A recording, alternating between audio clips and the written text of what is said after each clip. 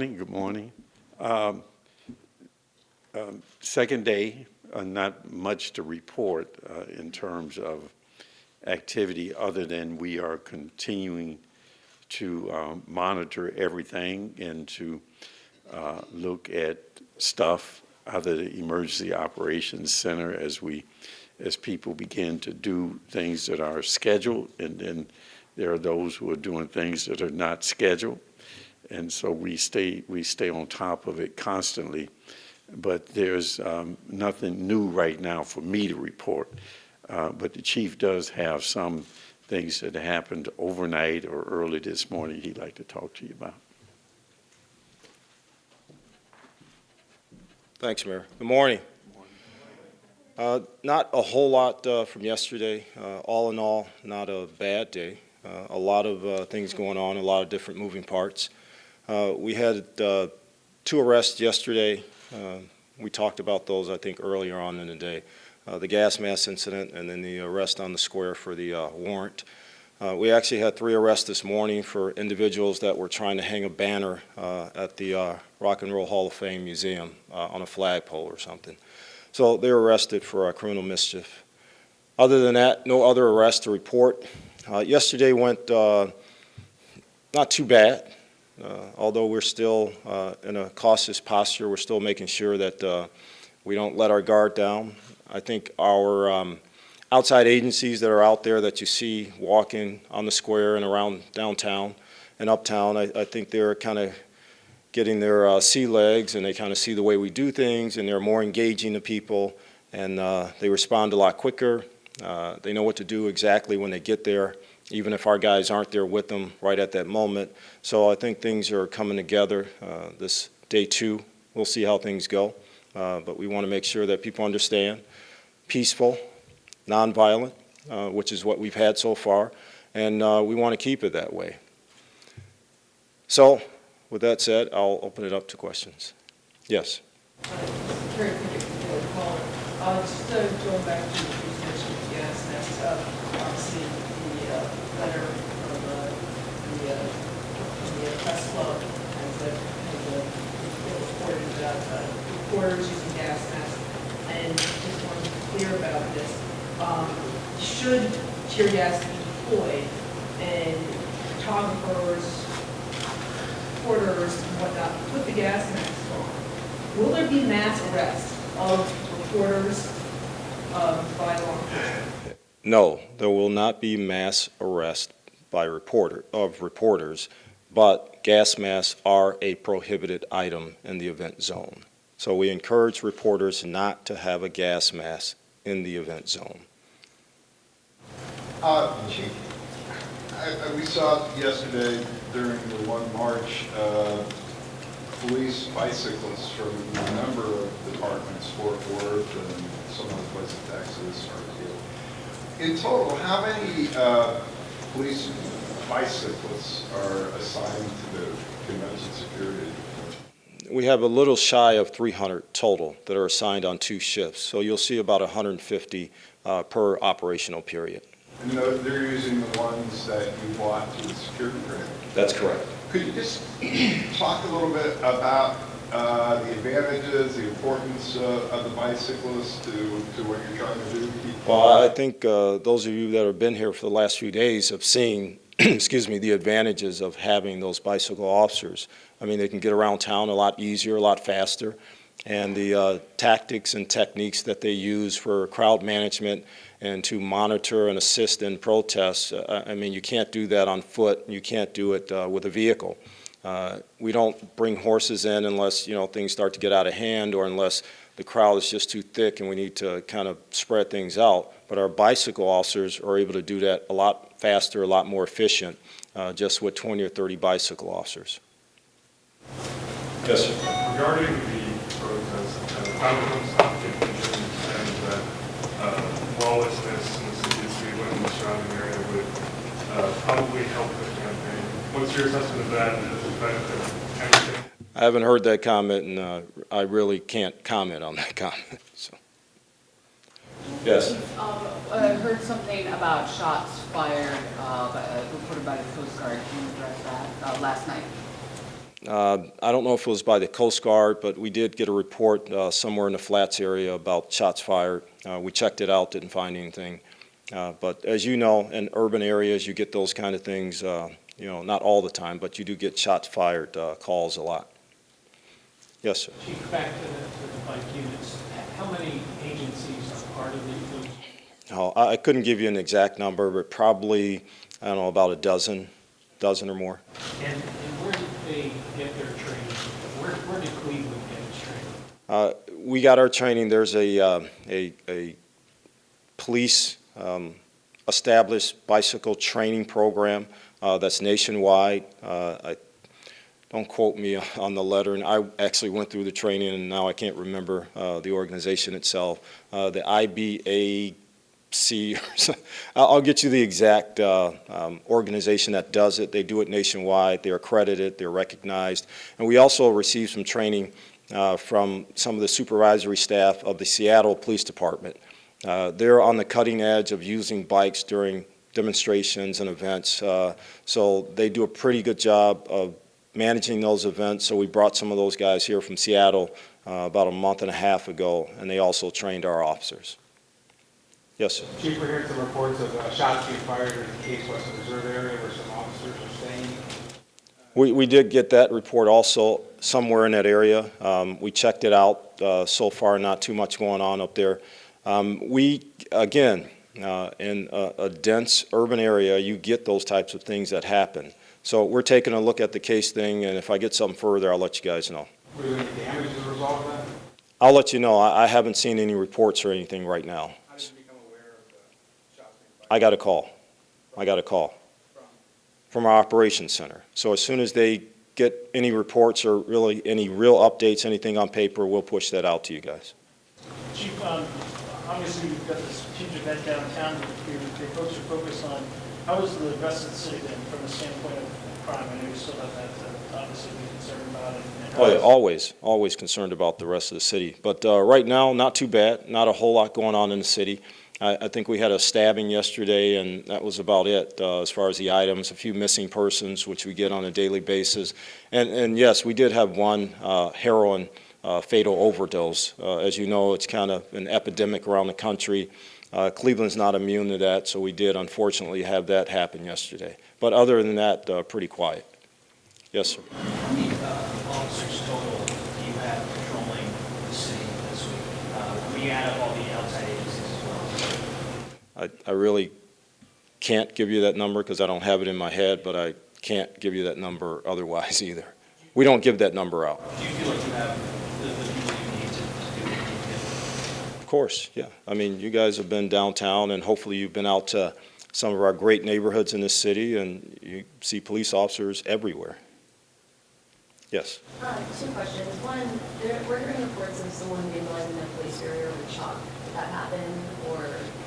I didn't get that report, no. Okay, and then can we circle back to the people trying to climb the flagpole, the Rock and Roll Hall of Fame? Did they get up the flagpole, or how were they arrested? What actually went down? I was told they actually climbed the flagpole and hung a banner, and then our officers responded and they made the arrest. Okay.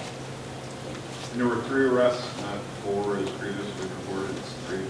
What I was given was 3, yes. In the back, yes, sir. Hey, Chief, to your knowledge, has anyone used the protest route to this point? Yes. The bridge, have they? Yes, they have. Has it been used more or less than you thought it would? Is it? I think it was used mostly for the people that actually signed up to use it. The other people, like the mayor says, these impromptu things spring up all the time. And, you know, I mean, but we man both. We take care of both. Yes. There's some video circulating of a protester who had a bullhorn. He was kind of being really close to officers, and Commander Wayne Drummond and Deputy Chief Wayne Drummond, yes. There we go. He diffused the situation. Can you talk about the efforts of your officers in de-escalating those types of things? Well, it was really a person that wanted to be a part of what's happening downtown, be a part of the delegate experience. Delegates were actually exiting the convention center onto Prospect Avenue, and this person was kind of blocking the path and right in the middle of people with a small bullhorn, about 8 inches, and kind of getting in people's faces. So we kindly asked them to at least step out of the travel lane so we can get people to exit. And we put a line of officers in front of him. He stood there with his little megaphone, little baby megaphone, and he said what he was going to say, and the deputy chief stood there and talked to him for a while. That type of thing happening where the officers are talking people down more often instead of escalating the situations? That's what we do here in the city. I mean, there's no need to do anything unless there's violence perpetrated against somebody. So our officers are trained to do that. We just step in and make sure people are safe. Yes, sir. At the end of a protest yesterday around 12th and Walnut, we got reports of a man being questioned for having possibly 2 guns. We saw a man being questioned. He was surrounded by a couple of officers. He willingly got into the back of a police car. Is there anything you can give us on that? I don't have the exact information, but I think that person did have a concealed carry permit. He was checked out. He was cooperative. You know, he really wasn't a threat, but he came to our attention, and that was the end of it, and he went on his way. How did he come to your attention? Did the officer see anything? Well, I can't tell you exactly, but we were given information. Our guys took action on that information. We checked him out. He cooperated, and we sent him on his way. Yes, sir. What's the latest count on the number of people who've done open carry in the downtown area? We'll get you that later. I know we had about 11 yesterday that walked across the bridge, and they kind of did their thing. 2 the day before. Yeah, approximately 2 the day before. I know of 11 yesterday. There were some sporadic ones here. I know at the Bikers for Trump down in Settlers Landing, there were a couple people reported to be openly carrying. They didn't actually come up to the square or anything like that. They had their own little rally down there amongst themselves. But I think right now we're at about 12 or 13. So when they came across the bridge, the 11 people, how did you handle it? Like we always do, we responded to them with a uniformed officer, we talked to them, and then we put other assets on them. We walked them across, they walked around the square, and then they left. Chief, can you talk about why you would have the bicyclists on both sides of that protest march? What are you trying to achieve there? We're trying to protect both protesters and civilians that aren't a part of the protest march. You know, sometimes these things get to be huge and out of control, and we can't let people not be able to walk up and down the street. So we try to make sure that we give them a safe route by having our bike officers on both sides. Dear, go ahead. Chief, I'm wondering, what's it like for the officers who are providing, the thousands, I believe, officers who are providing security this week, considering the incidents that happened across the country with officers being shot? Well, I talk to them every day. I mean, I'm sure you guys see them out there walking around. You talk to them. I think the mood is good. The officers are really concentrating on Cleveland this week. They're walking around, they're talking to people, they're taking pictures with people, they're taking selfies with people, they're, you know, shaking hands and high-fiving. I mean, from what I can see and talking to the outside agency officers, you know, they're relaxed. They kind of see what the mood is, but they're always cautiously, you know, guarded to make sure that, you know, things that may happen, that we're prepared for them. But I think they're in a great mood. You mentioned the mood, Chief. Is it affected by the number of protesters, meaning were you expecting more than have materialized? We didn't have any expectations on the number of protests. I think everybody else did. They were putting numbers out there. We never put a number out there. You know, for us, it's whoever shows up, and then we'll manage that. Yes, sir. Question made from Mayor Jackson. There's a report of about 10 folks out of Kalahari, delegates from RNC who are quarantined for the norovirus. Are you in the city aware of this, and are you taking any precautions? I haven't heard about that. Nothing. I haven't heard that. And fire? Well, since you told me, of course I will. But no, I haven't heard that. It's not delegates, and I've got a couple of them. You do? I do. All right. Well, we'll talk to you afterwards, and I'll make sure that I know things before I get up here. Okay, thank you. What do you hear from the delegates about their experience thus far? Have you heard from delegates about? Yeah, they're liking their experience. I've even heard from media people that they are enjoying their experience. And that's our goal, for people to enjoy the experience, be safe, comfortable. And that's why we are doing what we're doing. Anybody else? For the chief, was there something in the banner that was left at the Rock and Roll Hall of Fame? Was there something specific that was mentioned in it, that the governor's going to be there, or was it just sort of an... No, I don't have that information right now, but we'll get you that, exactly what the banner stated. Chief, what was the final tally on protest groups that registered to come down, and how many of those groups just haven't shown up? Yeah, we'll have to look at that final number. I know we had one yesterday that they were here, but they actually canceled their march and they just did a rally. So we'll get you specifics on numbers that actually registered, that actually did their marches. Can you talk a little bit about